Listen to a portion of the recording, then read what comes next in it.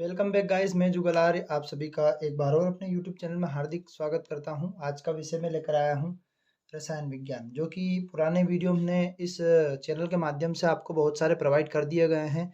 ये इकाई 2 के अंतिम छोर पर चल रहे हैं। इकाई 2 में एक महत्वपूर्ण टॉपिक मैं आज आपके लिए लेकर आया हूँ कि आपबाहु का नियम, यानी कि हम जो रसायन विज्ञान पढ़ते हैं उसके लिए सबसे ज़रूरी यह नियम होता है। इसमें जितने भी तत्व होते हैं उनका इलेक्ट्रॉनिक विन्यास किस प्रकार से हम निकाल सकते हैं। तो वीडियो के अंत तक बने रहें, और अभी तक आपने हमारे चैनल को सब्सक्राइब नहीं किया है तो चैनल को सब्सक्राइब कर दे, बेल आइकन को प्रेस कर दे, ताकि इसी प्रकार के नए वीडियोस आपको मिलते रहें। तो देखिए, ये प्रश्न क्रमांक 11वां। पुराने प्रश्न देखने के लिए हमारे चैनल के माध्यम से प्लेलिस्ट में जाकर भी देख सकते हैं, या फिर इसकी डिस्क्रिप्शन बॉक्स में लिंक आपको मैं प्रोवाइड कर दूंगा। तो देखिए प्रश्न क्रमांक 11। यहाँ पर प्रश्न 11वें में दिया गया है आपबाहु का नियम। हमें आपबाहु का नियम समझाना है, और इस नियम को कक्षकों में इलेक्ट्रॉन भरने संबंधित नियम भी कहते हैं। और आपबाहु का जो नियम है, इसमें नियम का सरल प्रदर्शन हमें करके बताना है कि आपबाहु के नियम का सरल प्रदर्शन हम किस प्रकार से कर सकते हैं। तो सबसे पहले, आपबाहु एक जर्मन भाषा का शब्द है, और इसके लिए इसका अर्थ कहा गया है क्रमिक संरचना। अतः इसे क्रमिक रचना का नियम भी कहते हैं, और n+l का नियम भी कहा जाता है। इसका प्रयोग जो होता है तत्व के परमाणुओं के उपकोष में इलेक्ट्रॉन वितरण के लिए किया जाता है। और इस सिद्धांत के अनुसार उपकोष में इलेक्ट्रॉनों के भरने का क्रम उनकी बढ़ती हुई ऊर्जा के अनुसार किया जाता है। यानी जिस प्रकार से उनकी ऊर्जा का क्रम बढ़ता रहेगा, उनके उसके हिसाब से उपकोष यानी कक्षकों में डिब्बे जो बने होते हैं उनमें भरना होता है। अर्थात इलेक्ट्रॉन हमेशा कम ऊर्जा वाले उपकोष में पहले भरे जाएंगे, फिर उसके बाद अधिक ऊर्जा वाले उपकोष में भरे जाएंगे। उपकोष यानी हमारे S, P, D, F कक्षक होते हैं, उन कक्षकों को क्रम से भरे जाते हैं। यानी कि आपबाहु एक क्रमिक संरचना का नियम भी कहलाता है। पहले जैसे हमने कहा कि इस सिद्धांत में उपकक्षकों यानी में इलेक्ट्रॉन भरने का क्रम इस प्रकार रहता है कि उनकी बढ़ती हुई ऊर्जा के अनुसार, अर्थात इलेक्ट्रॉन हमेशा कम से अधिक ऊर्जा उपकोष में भरे जाते हैं, और अधिक ऊर्जा में भरने। तो सबसे पहले इसका स्ट्रक्चर, यानी कि ये तो हमने नियम आपको भाषाई रूप समझा दिया। यदि कोई से तत्व होते हैं और तत्व को उनके परमाणु क्रमांक के अनुसार भरना होता है, तो तत्व के परमाणु क्रमांक के अनुसार भरना होता है। जैसे कि हमारे समूह में कितने तत्व होते हैं उसके अनुसार स्ट्रक्चर बनाना होता है। तो सबसे पहले मैं स्ट्रक्चर आपको बना के बता देता हूँ। यहाँ से हम काउंटिंग करते हैं, गिनती, यानी कि 1 से 7 तक हम पहले गिनती लिख लेते हैं। 1, 2, 3, 4, 5, 6, या इस प्रकार से हम इसकी गिनती लिखते जाते हैं। 6, और ये हो गया आपका 7। अब यहाँ पर लिखने के बाद हम जो करते हैं इसका, कि पहले गोले बना लेते हैं इनके। तो किस प्रकार से गोले बनाते हैं वो ध्यान से देखें। एक के सामने एक गोला बनाते हैं। ऐसे बारी बारी से मैं बताता जाऊंगा आपको कि किस प्रकार से इनके गोले आपको तैयार करने हैं। तो जैसे मान लो, एक के सामने हमने एक गोला बना लिया, फिर 2 के सामने हमने इसी की सीध में 2 गोले बना लिए यहाँ पर, फिर 3 के सामने हमने तो यहाँ गोले बना लिए कितने, 3। इस क्रम में हम गोले बनाते जाएंगे कक्षकों के अनुसार। ये फिर 4 के सामने यहाँ पर हमने 1, 2, 3, और ये 4 गोले बना लिए। इस प्रकार से पाँचवा जो नंबर आया, तो पाँचवें गोले में हम बना लेते हैं। तो इसमें भी 4 से अधिक नहीं बनेंगे। तो 4, 1, 2, 3, और ये 4।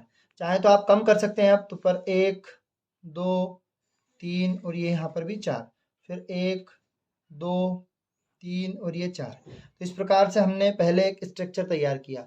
अब इसमें हम ध्यान से समझते हैं कि क्या किस प्रकार से भरते हैं। तो यहाँ पर हम भरते हैं S, P, D और F के रूप में भरते हैं। S, P, D, F के रूप में भरने का मतलब ये होता है कि S में अधिकतम इलेक्ट्रॉन आपके 2 आ सकते हैं, P में अधिकतम इलेक्ट्रॉन आपके 6 आ सकते हैं, D में अधिकतम इलेक्ट्रॉन आपके 10 आ सकते हैं, और F में आपके अधिकतम इलेक्ट्रॉन कितने आ सकते हैं, 14। यदि ये तो पूर्ण पूरित होते हैं, पूर्ण पूरित। और यदि अर्धपूरित की बात करते हैं, तो अर्धपूरित में आपके 2 का 1 हो जाएगा, 6 का 3 हो जाएगा, 10 का 5 हो जाएगा, और 14 का 7। ये अर्धपूरित में आते हैं। अब जैसे इसका स्ट्रक्चर तैयार करते हैं, तो जो पहला वाला जो कॉलम है आपका, ये पूरा का पूरा S से संबंधित रहेगा। तो इस गोले में भी हम S लिख देंगे, इस वाले में भी S लिखेंगे, फिर इसके नीचे वाले में भी S लिखेंगे, फिर इसके अगले वाले में, सब जगह पहले पहले नंबर पे जितने दिए गए हैं सब जगह हम क्या क्या लिख लेंगे यहाँ पर S। फिर यहाँ पर भी एस एस। फिर अगले वाले में इसका देखते हैं तो यहाँ पर आ जाएगा आपका पी, फिर इसमें भी पी, फिर पी पी पी और ये भी पी। फिर इसमें अगले वाले में एस, फिर ये डी, फिर यहाँ पर भी आपका डी, ये डी, डी और ये डी। फिर इसमें भी ये डी प्राप्त हो जाएगा। फिर ये भी, ये डी के बाद जो हमारा नंबर आता है वो एफ का, तो ये एफ, ये भी एफ, ये भी एफ, ये भी एफ। इन गोलों में सभी जगह हमने क्रम से ये भर दिया क्रमांक। अब देखते हैं इनका क्रम क्या रहेगा। तो इनका क्रम यह रहेगा, सबसे पहले जैसे इसका क्रम, तो क्रम यहाँ पर देखते हैं। ऐसे हमें एक टेढ़ी लाइन खींचनी है, जैसे यहाँ से खींची हमने तो यहाँ तक इस प्रकार से टेढ़ी लाइन खींचनी है एस, और यहाँ से भी ऐसे हमें टेढ़ी लाइन खींचनी है ये ऐसे। हर जगह जैसे ये पी पे, तो यहाँ से यहाँ तक हमने लाइन खींच दी, और ऐसे ही यहाँ से पी से एस पे खींच दी ये टेढ़ी, फिर यहाँ से डी से, हर जगह इस प्रकार से हम लाइन बना लेते हैं। फिर इसको क्रमिक संरचना के हिसाब से हम आपको लिख के बता देंगे। और यदि ये स्ट्रक्चर आपको समझ में आ गया तो इसी स्ट्रक्चर के अनुसार पूरे जितने चाहे उतने क्रमांक तक आप ज्ञात कर सकते हैं। तो ये यहाँ से, फिर यहाँ देखते हैं तो यहाँ से भी एक टेढ़ी लाइन खींच देंगे, फिर यहाँ से और जितनी आवश्यकता हो उतने ले सकते हैं। तो इतने यदि आपको याद है तो ये बहुत सारे होते हैं। क्यों? क्योंकि अब देखते हैं हम ध्यान से कि इसमें करना क्या है। तो इसकी जब संरचना करते हैं, क्रम से भरते हैं, तो सबसे पहले हम बात करते हैं एस की। तो एस में यहाँ पर देखें तो एस में क्या दिया हुआ है, एस में हमें दिया हुआ है कौन से कक्षक में है, ये एक वाले कक्षक में, पहले कक्षक में। तो पहले कक्षक में बनाते हैं इसकी श्रेणी। ये हमने आपको बता दिया स्ट्रक्चर इस प्रकार से तैयार। अब इसकी क्रमिक संरचना यदि हमें बनानी है तो यहाँ सबसे पहले हम ध्यान से देखते हैं इसके अंदर सबसे पहले हमें क्या दिया गया है, तो एस दिया गया है, और एस कहाँ पर है, पहले नंबर पे है। तो इसको 1s लिखना है, 1s। यहाँ से स्टार्ट करते हैं, यहाँ से 1s, क्योंकि 1 के अंदर s दिया है। और यहाँ से जब ये टेढ़ी लाइन है, यहाँ आने के बाद ये लाइन हमारी कहाँ आ जाएगी, इस पे, यहाँ से स्टार्टिंग करते हैं। फिर इसका नंबर आया एस पे, तो एस किसके अंदर है, 2 के अंदर। तो ये क्रम बढ़ता रहेगा, यहाँ लिख देंगे 2s। फिर बढ़ा हुआ क्रम, फिर यहाँ से हम लाइन गई, यहाँ से होकर यहाँ आए, तो यह नंबर आपका P दिख रहा है। तो P किस में है, 2 में, यहाँ लिख देंगे 2P, है ना। और 2P लिख दिया। फिर 2P के बाद यहाँ सीधा हम इसकी सीध से जाएंगे, इस लाइन को देखकर, स्ट्रक्चर को देखकर। तो ये 3 के अंदर है, तो 3s यहाँ पर लिख देंगे क्रम से इसके। फिर यहाँ से यह लाइन लेके आए हम, यहाँ से वापस से यहाँ पीछे की तरफ लेके आए, यह कहाँ पर P लिखा हुआ है, P 3 के अंदर है, तो यहाँ लिख देंगे 3P। यहाँ आने के बाद हम यहाँ पर आ गए, तो यहाँ लिख देंगे हम 4s। तो ये लिखेंगे बढ़ते हुए क्रम में 4s। फिर बड़ा है, इस प्रकार से यहाँ से चलेंगे हम, तो यहाँ से सीधा देख के इससे पूरा सही क्रम बढ़ते से घटते हुए क्रम में जो हमने नियम बताया उसी हिसाब से चलता रहेगा। फिर डी पे आ गए, तो डी की लाइन जो सीध में जा रही है वो 3 पे जा रही, तो 3, तो यहाँ हो जाएगा आपका 3D। यहाँ कवर करने के बाद फिर आगे की तरफ बढ़े, तो ये हमारा आगे की तरफ हो गया, बड़ा है 4P। फिर इसके बाद यहाँ नीचे की तरफ आ गए, तो ये आ जाएगा आपका 5 की सीध में है, तो ये हो जाएगा आपका 5s, ऐसा लिख देते हैं 5s। फिर यहाँ से आगे का क्रम देखते हैं, तो आगे का क्रम देखने के लिए यहाँ से लाइन लेके आए, तो यहाँ से गई ये सीधी, तो यहाँ पर आ गई। तो यहाँ पर इसका क्रम कहाँ पर है, तो ये किसके अंदर है हमारा, ये D है, और D किसकी सीध में है, 4 के। तो यहाँ जो 4D के बाद यहाँ आ गए, तो यहाँ पर आ जाएगा आपका 5P। तो यहाँ मैं नीचे की तरफ इसका लिख देता हूँ, तो ये हो जाएगा आपका 5P। तो यहाँ लिख देंगे 5P। फिर बढ़ते क्रम में यहाँ से 6 पे पहुँच गए, तो 6 के सामने है, तो ये हो जाएगा आपका 6s। फिर बड़ा है, फिर यहाँ से वापस से रिटर्न होकर यहाँ से आते हैं हम, इस गैप से होकर यहाँ से ये। फिर कहने का मतलब ये है कि यहाँ से F पे आ गए, तो F किसके अंदर है, तो ये सीध देखेंगे इसकी, तो 4 के अंदर, तो यहाँ लिखते हैं 4F। फिर बड़ा है, फिर D पे आ गए, तो D किस में, 5D।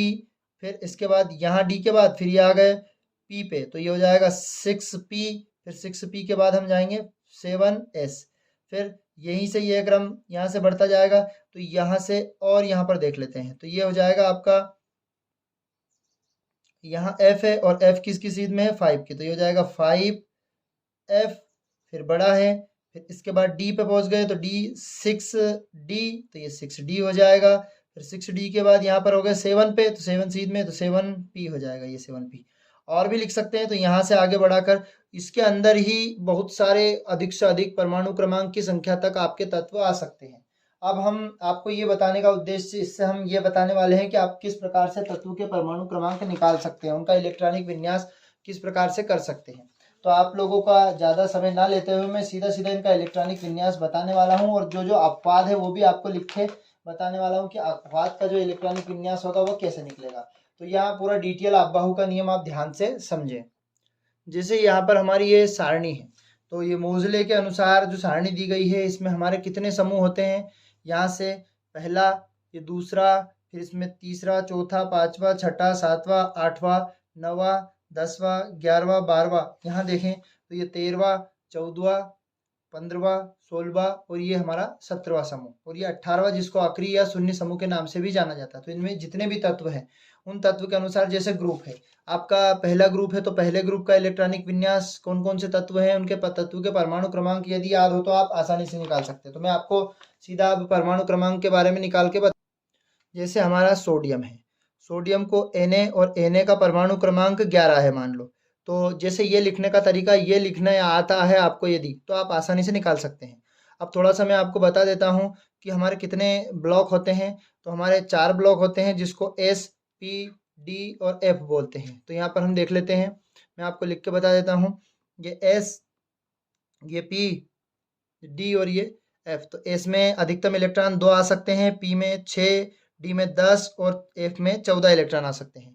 तो इसका जैसे इलेक्ट्रॉनिक विन्यास निकालते हैं, तो यहाँ पर हम लिखते हैं 1s और s पे आ जाएगा 2, क्योंकि अधिकतम इलेक्ट्रॉन यहाँ सर, और हमें टोटल करने इसमें 11, 2 आ सकते हैं। फिर यहाँ पर देखते हैं बढ़ते हुए क्रम में, फिर या तो इसमें बढ़ते हुए क्रम लगाओ या फिर ऐसे डायरेक्ट कॉमा लगा दो। तो ये 1s2, फिर आ जाएगा आपका 2s2, यहाँ से देख रहा हूँ मैं, फिर आ जाएगा आपका 2p6, और हमें 11 करना है तो 6 के बाद आएगा 3s2 आने का था, लेकिन यहाँ आएगा कितना 1। क्यों आएगा? क्योंकि इनको जोड़ते हैं 2 2 4, 4 में 6 जोड़ेंगे 10, 10 और 1 11। तो इस प्रकार से ये इलेक्ट्रॉनिक विन्यास। तो यानी मैंने समूह 1 का एक तत्व का निकाल के बताया, और यदि मैं इसके अलावा अगले समूह का निकाल के बताऊं, इसी के अंदर से मान लो एक इलेक्ट्रॉनिक विन्यास निकाल के बता देता हूं मैं। सोडियम का हो गया, सोडियम के बाद मान लो पोटेशियम का, उसके अगला वाला तत्व जो पोटेशियम है, इसके बाद रूबिडियम भी आता है, तो पोटेशियम का निकाल के बताता हूँ। तो पोटेशियम के और के का परमाणु क्रमांक 19 होता है, तो 19 का इलेक्ट्रॉनिक विन्यास निकाल के बताते हैं। तो इसका भी 1s2, 2s2, यहाँ से देख रहा हूँ मैं पूरी सारणी में से, और ये सारणी, ये जो श्रेणी हमने बनाई है क्रमिक संरचना क्रम से, है ना, तो इसी क्रम से हमें हमेशा कितने भी इलेक्ट्रॉन होंगे उन इलेक्ट्रॉन का इलेक्ट्रॉनिक विन्यास हम आसानी से निकाल सकते हैं। पर इसको समझने के लिए मैंने आपको जो स्ट्रक्चर बताया उस स्ट्रक्चर से इसको समझते हैं। 1s2, 2s2, फिर इसके बाद देखते हैं 2p6, फिर 2p6 के बाद 3s2, 3s2 यहाँ पर पहुंच गए, फिर 3s2 के बाद 3p, यानी कि इनको जोड़ लेते हैं, 2 2 4, 6 4 10, 2 12, 12 और 6 18, यहाँ पर 3p6, फिर 3p6 के बाद 4s1 वापस से, क्योंकि अधिकतम इलेक्ट्रॉन 2 आ सकते हैं, लेकिन हमें जरूरत कितने की? 1 की। 2 2 4, 6 4 10, 2 12, 12 और 6 18 और 1 19 यहाँ पर। अब जैसे ये तो हमारा सोडियम, और हमने किसका? पोटेशियम का निकाल लिया इलेक्ट्रॉनिक विन्यास। तो यहाँ पर कभी आपसे पूछ ले कि समूह पहले के अंतिम कोष में कितने इलेक्ट्रॉन होते हैं, किस इसका इलेक्ट्रॉनिक विन्यास क्या होता है, तो ये जो अंतिम कोष के देखते हैं ये इलेक्ट्रॉनिक विन्यास। अब कैसे? यदि इसको अंतिम कोष का इलेक्ट्रॉनिक विन्यास लिखना है तो वो कैसे लिख सकते हैं? यहाँ पर 2 रहेगा, और जो, तो यहाँ पर संख्या है तो संख्या 2p6, तो इसका 3p6, तो यहाँ पर 2 नहीं लिख सकते, तो इसके लिए हम n लिखेंगे, n का प्रयोग करेंगे, np6 आएगा, और यहाँ ns1 आएगा। इसी प्रकार इसमें भी देखते हैं, तो ये np6 आएगा और ns1। क्यों? क्योंकि यहाँ पर देखते हैं ये अंक तो बदला सकते हैं, 4 3 5 कितने भी आ सकते हैं, लेकिन जो इन पर अंतिम कोष में इलेक्ट्रॉन रहेंगे 7 7, वो इलेक्ट्रॉन समान रहेंगे। एक तत्व, इसी तत्व का मैं आपको इलेक्ट्रॉनिक विन्यास निकाल के बताता हूँ। इसका अगला वाला तत्व है रूबिडियम, जिसको Rb बोलते हैं, और रूबिडियम का परमाणु क्रमांक होता है 37। अब इसका इलेक्ट्रॉनिक विन्यास यहाँ तक तो सेम रहेगा, क्योंकि ये कितने हुए थे?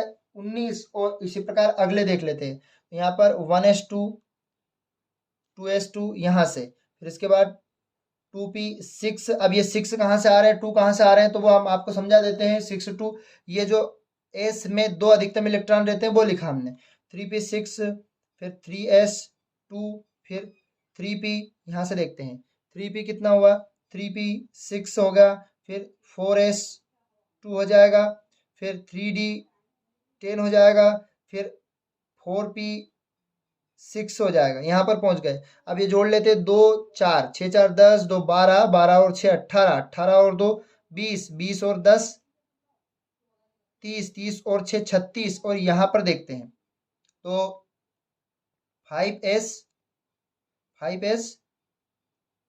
2 36 और 2 37, एक ज्यादा हो गया तो ये 36 और 2 38 हो गया, तो एक 37 कर देंगे। तो इसके अंतिम कोष में भी मैं आपको क्लियर ये कर देता हूं कि जैसे एक समूह है तो उनके अंतिम कोष में इलेक्ट्रॉन बराबर रहेंगे, तो इसका भी इलेक्ट्रॉनिक विन्यास अंतिम कोष का क्या रहेगा, संख्या यहाँ पर चेंज हो सकती, तो NS ये आपका NP6 और NS कितना 1 हो जाएगा। तो यहाँ पर भी सेम। तो इस प्रकार से मैंने आपको जो फर्स्ट ग्रुप है उसके इलेक्ट्रॉनिक विन्यास निकाल के बता दिए। इस प्रकार से सभी में समान आएंगे, और कोई से भी इलेक्ट्रॉनिक विन्यास निकालने हैं तो इसमें सेम रख के आप निकाल सकते हैं, और यदि किसी प्रकार का डाउट है तो कमेंट बॉक्स में हमें बता सकते हैं। अब अपवाद की बात करते हैं, तो इस क्रमिक संरचना का जो नियम हुआ उसमें कुछ अपवाद भी प्राप्त हुए। वो अपवाद कौन कौन से हो सकते हैं, तो यहाँ अपवाद मैं आपको बता देता हूँ।